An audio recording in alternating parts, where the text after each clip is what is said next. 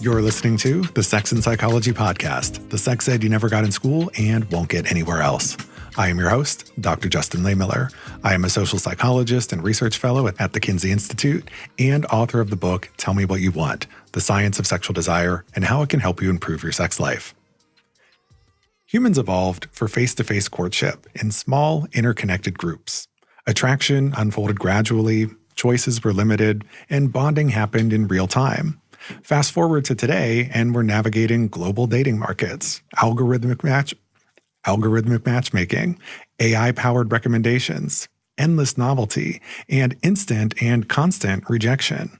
Technology is evolving at a breathtaking pace. The human brain is not. So what happens when ancient mating systems collide with modern systems? How are modern technologies like dating apps affecting the brain? And are they making it easier or harder to find love?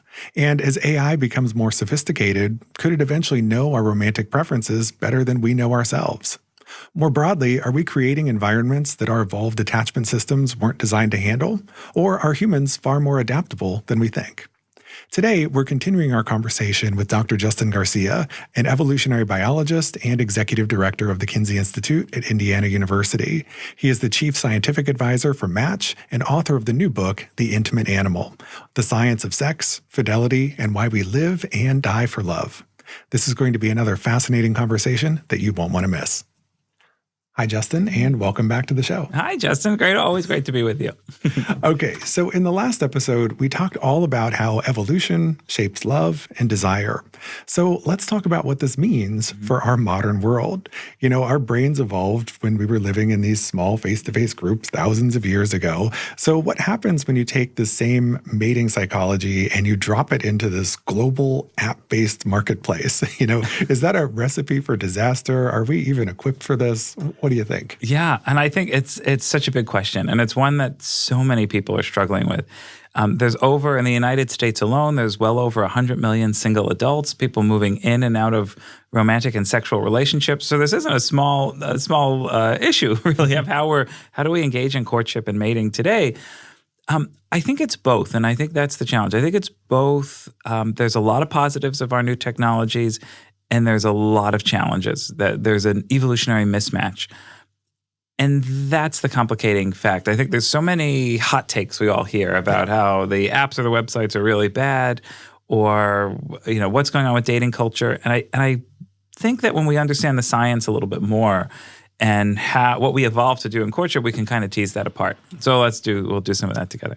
And as we think about as you said, when we think about how we evolved to find partners and keep partners, one of the challenges today is that there's so much data, there's so much information, there are so many options.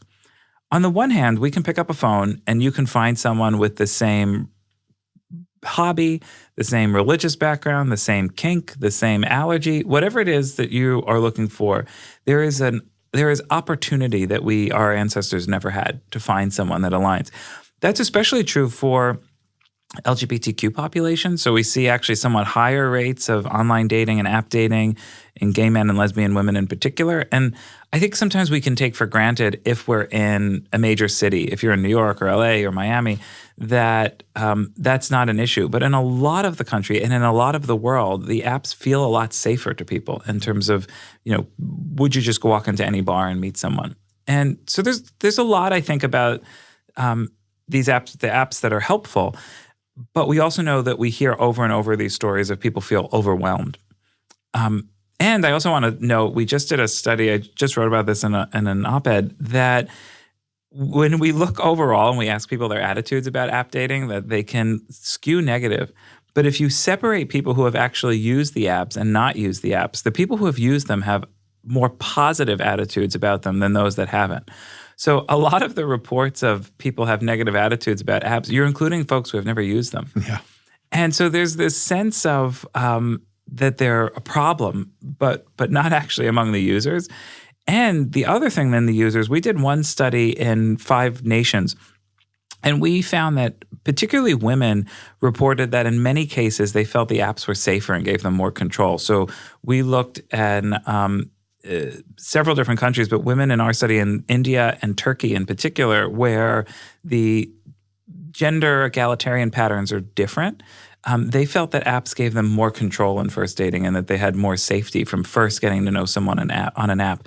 So there are a lot of caveats. I'm always really cautious when there's this hot take that there's such trouble, that I think that's really missing some of the other bigger opportunities about them and where people are benefiting and enjoying them. That said, we also know there's problems. We know there's problems with sexual harassment. We've published on that, on unsolicited nude photos, on dick pics that get sent on them. We know that that's an issue, and some of the apps have been trying to address it, and some haven't, frankly. We also know that there's a lot of concern around catfishing and how do you really know who the person is. That's a great example. Our ancestors didn't worry about catfishing because you were dating someone that you knew who they were. You often knew who their family network was. There was a social accountability. With apps, we're meeting people who are genuinely strangers often that, in fact, part of the reason you download them is because you haven't found someone in your friend network, so you're looking to strangers.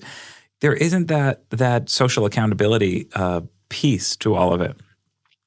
So, okay, so given that landscape, everything I just said, the two pieces that I think I'd like to talk about. One is we evolved with a tendency in courtship to know someone. You knew their actual social network. I don't mean online social network. You knew their family, their community, typically, not always. But you also had a sense of you invoke the bodily senses, I should say, in courtship. So you could hear their voice, you could see their body language, you could smell them, you could feel them, you could taste them in some cases. We know that we have evolved mechanisms that use those bodily senses to determine our attraction to partners. In the digital space, we're removed from a lot of that. Now, we see that people try to find information. Like they'll say, do you have a picture of you smiling because I want to look at your teeth? They try to get a sense of hygiene. They try to get a sense of health. We try and pick things out of that. And there have been all these studies that do that, but it's not the same. It's not the same of these mechanisms that we have that we're not flexing and that we want to flex. So I think that's one challenge. Even though there's all this opportunity, it's just a mismatch from the way that our species evolved to engage in courtship. There's that piece. And then the other is the sheer amount of information. And we know that people have a hard time when there's so many options. They have a hard time investing in partners because you see someone on an app and you go, well, they're interesting. There's things I'm attracted to, but they haven't hit my whole list. And let me just keep swiping. I'll find someone else who hits my list. Our ancestors, if you were in smaller groups, you didn't have a sense of an unlimited resource. And many of us, even though we could talk about dating being hard, we have a sense that there's this unlimited resource which you can just keep swiping. We can find more. So what that means is we don't really get to know people that we could have good relationships with or just pleasurable relationships with because we have a sense that there's someone else who's going to hit more items on our list. And the reality is, in our studies, in our Singles in America study with Amanda Gesselman and I, and we found that pretty high numbers, about 70% of people have become attracted to someone they weren't initially attracted to. Over a third have fallen in love with someone they weren't initially attracted to. So that's a reminder that instantaneous profile, that if you really want to build a relationship with someone, there's a step 2, step 3, step 4, but we're making these rather quick judgments. And we're romanticizing those quick judgments. We found in our data around 60% of single Americans believe in love at first sight. There's a part of me that thinks that's so romantic and cute, but then there's a part of me, you know where I'm going. I think it's bullshit. Yeah, it's troubling, right? It's also, we're walking around with this idea that like, I'll know right away. 6 out of 10 of us, so single Americans at least, are walking around thinking that they can know instantly. And it's like, actually, the research would tell us that you probably can't. You can get a gut check if someone feels really like unhygienic or dangerous, but so much of connection takes time to get to know. So that's, I think, the challenge with these technologies. Great opportunity, but also preventing us from honing in and building the relationships that we know take time. And I appreciate everything you just said, but I think there is another challenge of online dating that is important to highlight, which is the gender asymmetry that exists in terms of outcomes. And, you know, historically, men have been the initiators of sexual relationships, right? But even today, there still is that expectation that For example, men should be the ones who ask someone out on a date. We recently did a study on this with single Americans and find that, men and women today still believe men should be the initiators. And so when you go onto this online dating context, right, suddenly a guy who's trying to initiate is competing with the whole other world for this other woman's attention if we're talking about things in a heterosexual context. And so that creates this situation where women are getting tons and tons of requests and matches, and men are getting far fewer of them. And so the outcomes aren't really quite the same. And I think it leads to a state of affairs where a lot of men find online dating really frustrating because they're not getting any matches. And a lot of women find it frustrating for a different reason because they're just getting too many matches. And it's like, and then there's the decision overload. And then that leads to differences in how they're thinking about and evaluating a potential match that they get, right? Where men tend to swipe right haphazardly because they want to get a match, let alone many. Whereas for women, with so many matches, you got to find a way to whittle it down. And so then you sometimes start relying on those heuristics that might lead you to pursue a relationship with someone who maybe wasn't the optimal match because you excluded somebody who might have been better. Yeah, exactly. And I love that. And I love it's such a good reminder of what are people really experiencing. And there is an overwhelm of I think for both men and women, there's an overwhelm of you're sending so many messages. Typically in heterosexual context, men, you're sending so many messages, no one's responding. And women, how do you sort through the noise? Yep. And it also, part of that also can encourage the bad behavior too. So when we think of things like the unsolicited sexting, and well, if you send a picture of your penis to 20 people and one writes back and thinks it's funny or flirty, well, then you have a very low level of reinforcement for bad behavior, but then you're kind of doing it a lot. And maybe they did, not to judge. Maybe the person did find it funny and playful, and that's not to. I'm not casting a moral net on that, but we know that from our data that most heterosexual women find it offensive and gross was the word used, and so that's absolutely right, and it also depends on where you are. So we know that sex ratios or gender ratios can impact all sorts of aspects of courtship, both in real time and on the apps, and depending on what city you're in and where is your sense of availability. So there's a lot going on with how we interact with these apps and how we engage with, how meaningful. So let me rephrase this. So if you are a guy and you're on an app and you're sending messages and you know that you have to send so many for a reply, well, then you stop to invest as much in your messages. Yep. So then the issue becomes, well, then in heterosexual context, women are saying, I'm getting all these low investment messages from guys that just say, hey, or what's up? Well, the other side of that is because you really want to spend a half hour crafting a message that engages with each profile when most of them go unanswered. About 98 out of 100 of them go unanswered. So, which is partly why we're also seeing more people interested in matchmaking. Going to professional matchmakers is on the rise, and that can cost. That can be quite expensive depending on who you go to and who you work with. I have a friend who's one matchmaker. It's $100,000 to be a client. Wow. I mean, you really have a huge range of what that landscape looks like. But I'm drifting from your point on the app. Sorry, Justin. There's so much we can cover to talk about. But you're right. We understand more and more that there is this sense of dissatisfaction. But at the same time, the apps and the websites are still the most common way singles are meeting. So it's become this new arena for connecting. And part of it, as you were talking about it, I think what's so interesting is it's what biologists call a lek mating system. So we see this in birds sometimes. I remember being in Costa Rica one summer on a field project, actually. And you can see certain birds lek, and you'll get a bunch of males line up, and they all start hopping and dancing. And the female will land, and she'll check out who's hopping and dancing. And if she likes one, she hops next to him, and they fly off together. But sometimes she'll just leave. She'll be like, okay, good performance, boys, gotta go.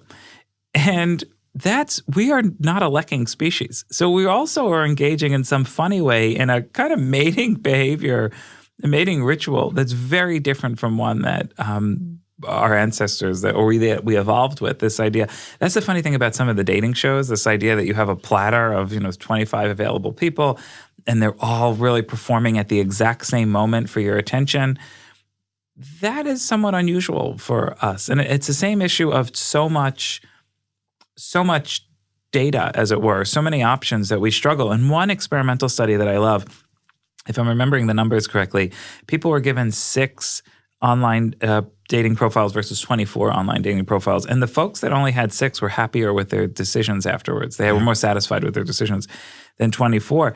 And that was just in a laboratory experimental study. But the point being, when we have all of these options that we're trying to sort through, what happens is we get in this mindset of saying, well, maybe I should have picked that one, or maybe that's the one I should have engaged with. So there's a lot of kind of cognitive tricks happening that amplify the problem that you brought up, that I think can make it feel so challenging and heavy, yet at the same time, they're still the most common way singles are meeting, because where else are you connecting? Yeah. But what you're saying, more isn't always better when it comes to getting matches on dating apps. And, in the world of dating apps, we have this near infinite choice and in terms of which profiles we can engage with. But we're also engaging in this constant social comparison to other people that we're seeing on the apps. And we also experience a lot of rejection and things like ghosting, where we start forming a connection with someone and then they just disappear and we never hear from them again. And that can feel really bad. But I think there's also another aspect of these dating apps that is important in terms of how they affect the brain, which is that it affects the dopamine system, right? And I think this is part of what leads some people to have a problematic relationship with the app. And I've done an episode before where we talked about mindful dating and, how you can use dating apps in a healthier way. But I think a lot of people get stuck in this sort of reward loop cycle where they'll have a notification that comes through from the app, and all the apps have their own unique ding, right? And so when you hear that, it triggers something in your brain. You get that anticipatory dopamine spike, and then you might get this feeling or sense of potential dread or potential hope, right? Because that notification could mean, hey, this could be the start of long-term love or a relationship. It could also mean I'm being rejected, or it's outright cruelty, or somebody's sending me an unsolicited pic that I don't want to see. And so, it brings up all those complex emotions. And I think for anybody listening who's ever used a dating app, like when you hear that ding, like you get this visceral reaction, right? Because it's so loaded. There's so much meaning behind it. Yeah, it could be love, it could be sex, it could be rejection. I love that you say that. And I particularly love that the thread for me in that is that the more we understand about the science of these, of how our brain works, how we interact with love and sex and mating behaviors and these technologies, then we can harness it. The more we understand that, then we think about, okay, I'm going to turn the notifications off. Oh, I'm going to have a time that I check it every day. I'm going to only send X number of messages. I'm only going to look at Y number of profiles. When we can understand those challenges and those cognitive mechanisms and those heuristics that we're engaging in, that we're making kind of quick decisions off of limited data, then we can own that and really try and make it better. And I think that's where I'm always optimistic. I'm optimistic about maybe too many things, but I think that the reality and the other part of it is I'm also cautious about some of the critiques about what's going on with dating culture or the dating technologies. We see a lot of evidence that a lot of this is going on across domains. So the point about ghosting, we're seeing all this data in the business sciences about people ghosting with new jobs. So they're ghosting when they're applying for jobs, or they're new employees, and when they kind of don't feel it's right, they just don't show up to work one day and never formally resign. They don't give 2 weeks notice.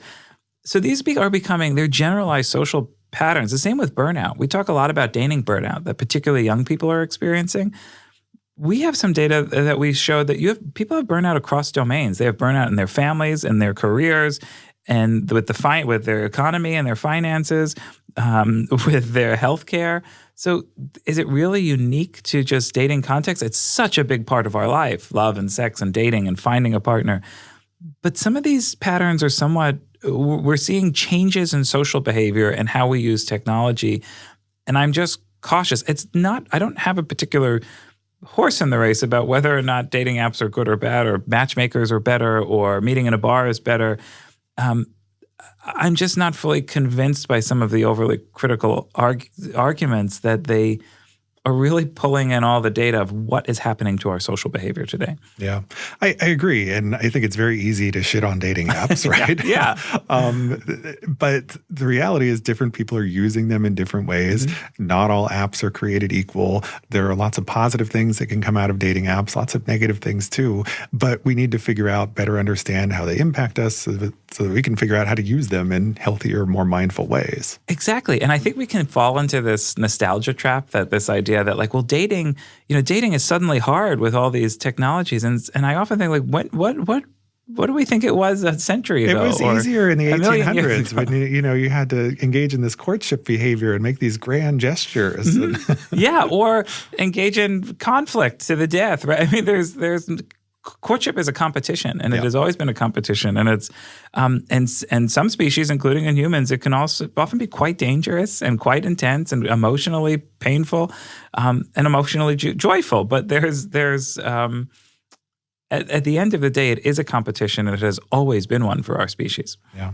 And I think it is very easy to romanticize the past and say, well, things were just easier back then when you didn't have all of the different choices and the feelings of overwhelm and so forth. But dating in the past brought its own set of complications. And, so I don't know that there was ever an ideal time to be in the dating market. Yeah. But given some of the specific challenges that exist around online dating today, we know that a lot of apps and companies are looking at potential solutions, and they're increasingly turning to AI as maybe the savior for, the future of online dating in terms of maybe helping people to find better matches and find matches more quickly.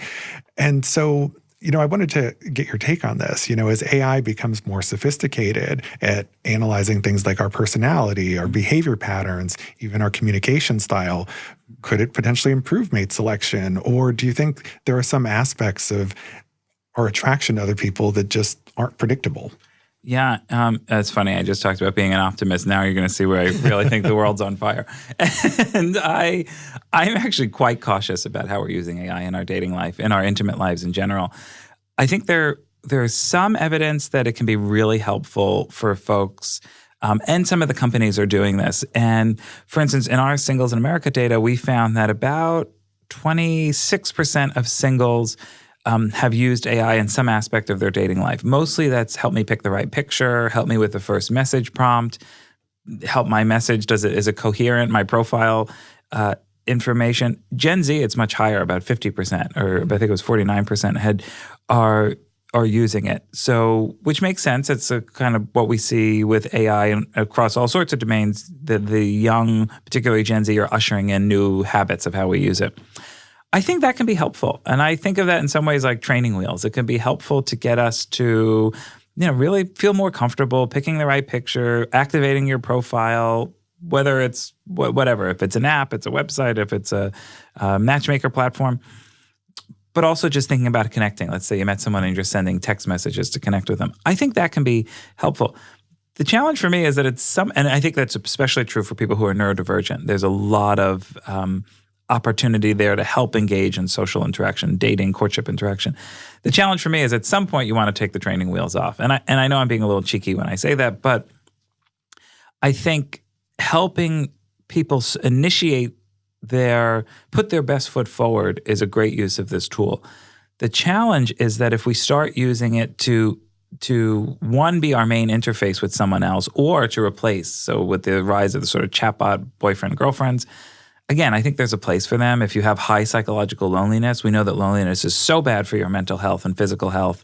Okay, great. If this is helping you, I think that's a positive. What I worry about is that I don't think it's a replacement for human interaction. And there's quite a bit of evidence that technological interaction gets us a little bit. It's better than nothing, but not that it's the same as real human interaction. And so, okay, you got nothing, this is great. But if you're using just a chatbot for your relationships instead of personal relationships, I worry about that. If we're using them endlessly to help put our best foot forward, I think that can be a challenge, because then are you ready to take the second step foot on your own without technology? And that can be a challenge. The other piece of it is about trust. So we know from data, I think Pew Research Center put some of this data out. Most Americans are pretty skeptical about AI and actually have a low degree of trust. And part of courtship is about trust. The number one thing we see that people want in a new partner is someone they can trust and confide in. Rates number one for both men and women across age groups, especially the last few years. Trust and confide in is at the top of the list. And attraction is in the top 5, I think top 10, humor, intelligence, but trust and confide in. So if we know that so few people trust AI, and in a subsample of that Pew study, those that knew AI the most, they trusted it even less. So the more you know about it, the less you trust it. That, to me, I think, now, you could say that's not the same as interpersonal trust, and that's a fair argument to make. I did an open debate with Tao at the University of the Arizona State University, and she made that point. She said, "I'm not convinced that that's interpersonal trust." And fair enough.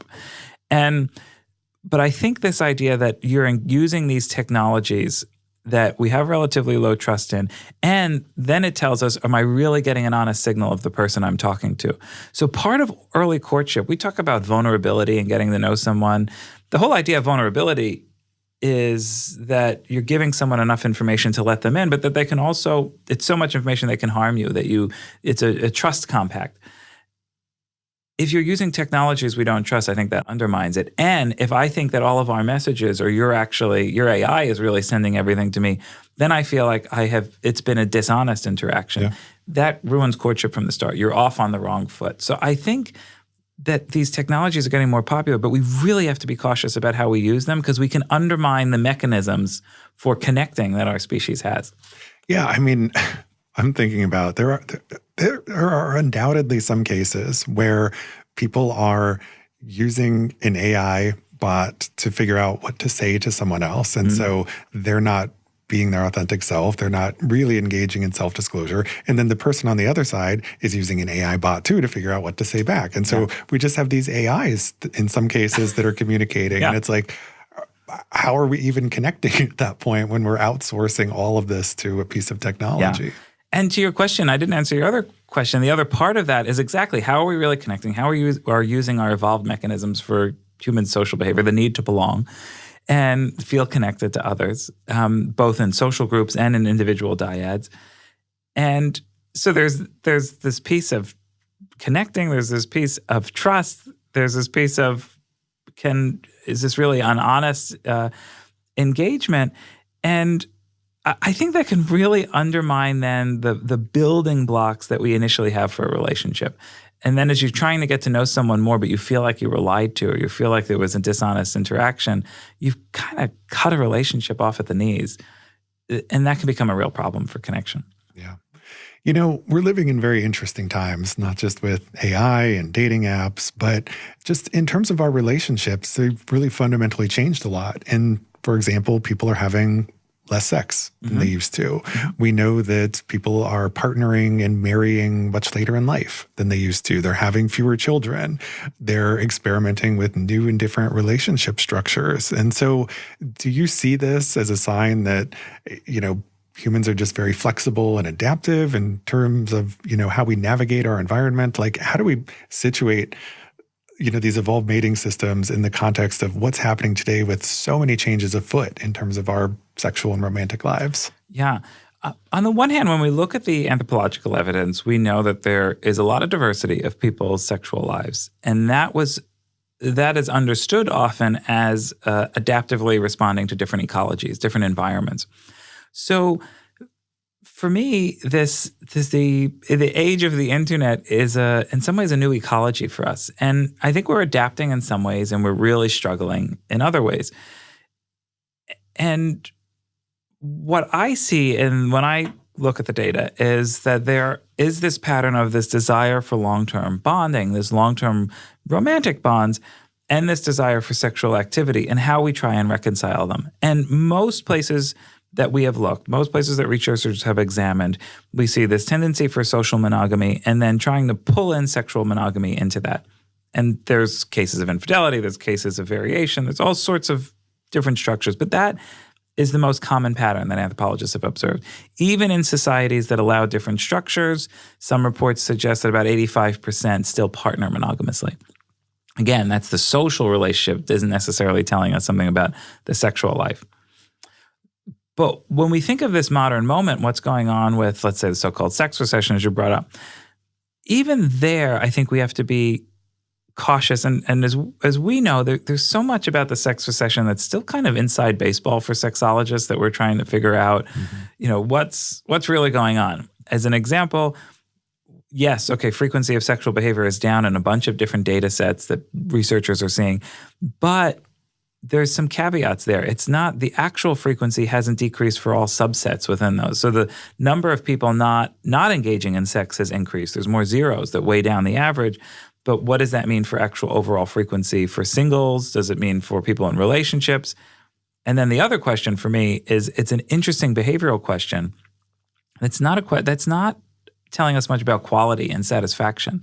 So if we see people in relationships, let's say on an average, are having 6 less sexual events in a year, is it meaningful for their relationship? Is it impacting reproductive patterns? Is it impacting relationship satisfaction? Is it impacting relationship quality? Those are different questions. And it's not to say that the behavior one is not important. I think it's really interesting.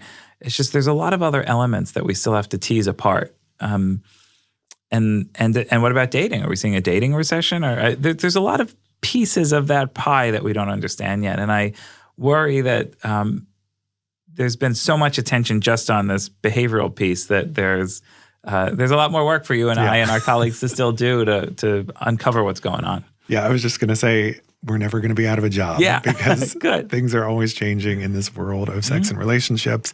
And it's a fascinating future we have ahead. Yeah. So thank you so much for this amazing conversation, Justin. It was a pleasure to have you here. Can you please tell my listeners where they can go to learn more about you and your work and get a copy of your book? Sure. Thanks, Justin. Always good to be with you. And thanks, everyone who joined us. So my new book, The Intimate Animal, is available anywhere you can buy a book. And you can find me on social media at Dr. Justin Garcia. You can also follow the Kinsey Institute. We share a lot of our research from across our different researchers, including Dr. Lehmiller. And thank you for tuning in. And I'd love to hear what you think about the book. So feel free to send me a note or connect on social. Well, thank you again so much for your time. I really appreciate having you here. Also, thank you to my listeners. To keep up with new episodes of this podcast, visit my website, Sex and Psychology, at sexandpsychology.com, or subscribe on your favorite platform, where I hope you'll take a moment to rate and review the show. You can also follow me on the socials for daily sex research updates. I'm on X and Blue Sky at Justin Lehmiller, and I'm on Instagram at Justin J. Lehmiller. Also, be sure to check out my book, Tell Me What You Want. Thanks again for listening. Until next time.